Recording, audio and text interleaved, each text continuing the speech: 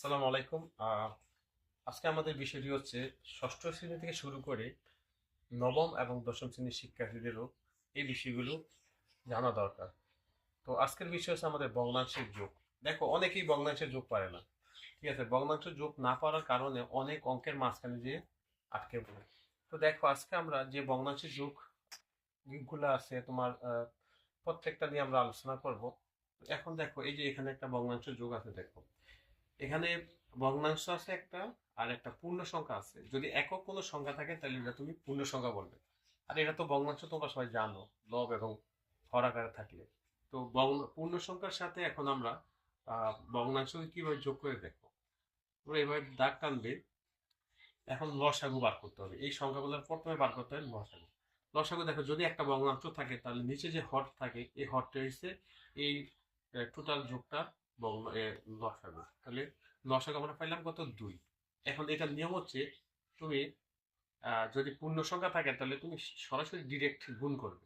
তাহলে এই যে 1 আর 2 যদি তুমি গুণ করে তাহলে 2 কে 2 যোগ, আর এটা দ্বারা এটারে ভাগ করবে। যদি কোনো হর থাকে তাহলে এই হর দিয়ে এই যে তুমি যে লসাগু লেখছো, লসাগুকে এই হর দিয়ে ভাগ করবে। ভাগ করার ফলে যে রেজাল্ট আসবে ওই রেজাল্ট তুমি উপরেরটার সাথে গুণ করবে। তা দেখো, এখন তুমি যদি 2 দিয়ে 2 এর ভাগ করো, সাপোজ 2 1 কে 2, তাহলে রেজাল্ট কত আসলো? 2 1। রেজাল্ট কত আসলো? 1। এই একটা তুমি এখন একের গুণ করবে, তাহলে কত আসে? এককে 1। এইভাবে তোমার নিয়ম অনুযায়ী করতে হবে। এখন দেখো, এই যে 2 আর 1 যোগ করলে 3, আর এই 2 তাহলে এই যে ভগ্নাংশের আমরা যে যোগটা, এই যোগটা করলাম। এখন আমরা আরো একটা সমস্যা দেখি। দেখো, এখানে লসাগু কত হবে? 4। কারণ একটা ভগ্নাংশ আর একটা পূর্ণ সংখ্যা থাকলে ভগ্নাংশের যে হর হয় ওই হর, এটা তোমার চিন্তা করা লাগবে, ওই হরটা তুমি লিখবে কি? লসাগু। এখন দেখো, পূর্ণ সংখ্যার সাথে যে লসাগু আছে এটা ডিরেক্ট গুণ করলে কি হয়? 4 দুগুণা 8 মাইনাস, আর এই সাইডটা সাইডে ভাগ করলে তোমরা এটা খেয়াল রাখবে যে যখন তোমরা একই সংখ্যা দিয়ে একই সংখ্যারে ভাগ করবে তখন রেজাল্ট 1 হবে। তো এখন দেখো, এই 4টা 4 ভাগ করলে রেজাল্ট কত আসে? 1। 1-এর সাথে যদি আমি 3 গুণ করি তাহলে 3 একে 3। তাহলে দেখো, এখন আমরা এখানে কি বললাম? 5 আর 4। অর্থাৎ একবারে সহজ বিষয়। পূর্ণ সংখ্যা থাকলে তুমি ডিরেক্ট গুণ করে এখানে লিখবে, মাইনাসের মাইনাস, আর এই সংখ্যা দিয়ে এটা ভাগ করে যে রেজাল্ট আসবে ওই রেজাল্ট তুমি 3-এর সাথে গুণ করে এখানে লিখবে। দেখো, আমরা যদি আরো একটা সমস্যা দেখি। এখন আমরা আরো একটা সমস্যা দেখি। এই দেখো, আমি একটা সমস্যা লিখলাম। এখন এই সমস্যায় দেখো, তোমরা এখানে দুইটা ভগ্নাংশ আছে, একটা দুইটা। আর এখানে তোমার আহ পূর্ণ সংখ্যা আছে কয়টা? একটা। তো যদি দুইটা ভগ্নাংশ থাকে তাহলে আমাদের এই দুইটা ভগ্নাংশের হরের লসাগু বের করতে হবে। তো দেখো, আমরা যদি লসাগু বের করে দিই 4 আর 3-এর, তাহলে 4 আর 3-এর লসাগু বের করে দেখো কোনো সংখ্যা দিয়ে কিন্তু দুইটারে ভাগ যায় না।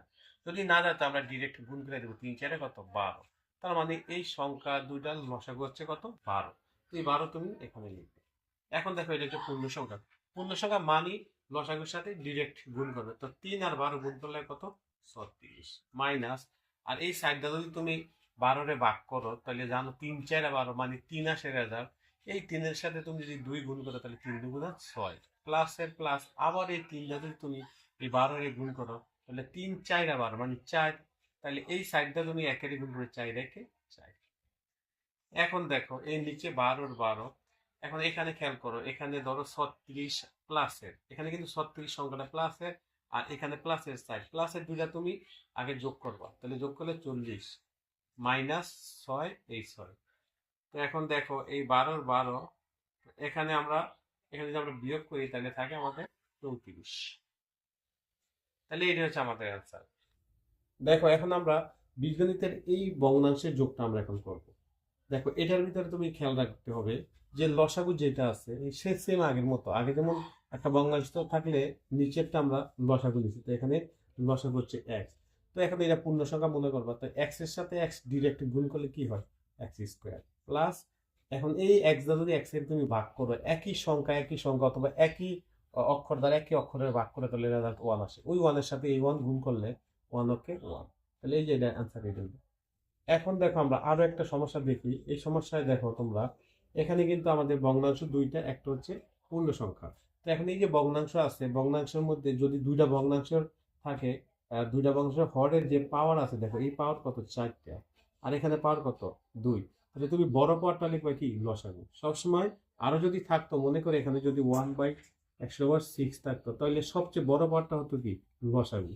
তো মনে করি এখানে আমাদের টোটাল আছে তিনটা হর আছে, এই তিনটা হরের সবচেয়ে বড় হচ্ছে x^6। তো লসাগু হবে x^6। পাওয়ারের ক্ষেত্রে যায় তোমরা বড়টা লিখবে। তো দেখো এখন এখানে পূর্ণ সংখ্যা মানে হচ্ছে এটার সাথে এটা ডিরেক্ট গুণ করতে হবে। তো এখন দেখো আমরা যদি x এর সাথে x^6 গুণ করি তাহলে কি হবে? তাহলে তোমার গুণের সময় তোমার এই পাওয়ারে যোগ করতে হবে। মনে করো এখানে একটা পাওয়ার 1 আছে, এখন যদি তুমি গুণ করো তাহলে এই 1 মানে একটা পাওয়ার, আর এখানে 6টা, তাহলে পাওয়ারে যোগ করতে হবে, তাহলে 7টা। দেখো এটা পূর্ণ সংখ্যার কারণে ডিরেক্ট গুণ হবে, কিন্তু এখানে কিন্তু হর আছে, এই হর দিয়ে এটা ভাগ করবা। দেখো এখন তুমি এই x² দ্বারা x^6 এর ভাগ করবা প্রথমে, x^6 x3। এখন দেখো এখন ভাগ করলে এখানে x^4 আসে, কিন্তু অনেকে মনে করতে পারে যে এখানে x³ আসার কথা, যে 3 × 6 না, এইভাবে না। তোমার এখানে x^6 মানে x পাওয়ার কত 6, দুইটা কাটটা দিবে, তো দুইটা কাটটা দিলে কয়টা থাকে? 4টা থাকে।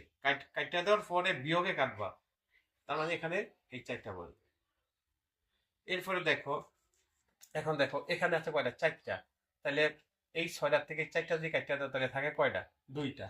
তো এই 2টা মানে কি x², তাহলে x² যদি আমি 1 এর গুণ করি তাহলে x² প্লাস এর প্লাস। এরপরে দেখো এখানে x^6 একই সংখ্যা বা একই অক্ষর, তাহলে উত্তর কত হবে? 1। 1 এর সাথে যদি আমি 1 গুণ করি তাহলে 1 হচ্ছে 1। তাহলে এই হচ্ছে আমাদের answer।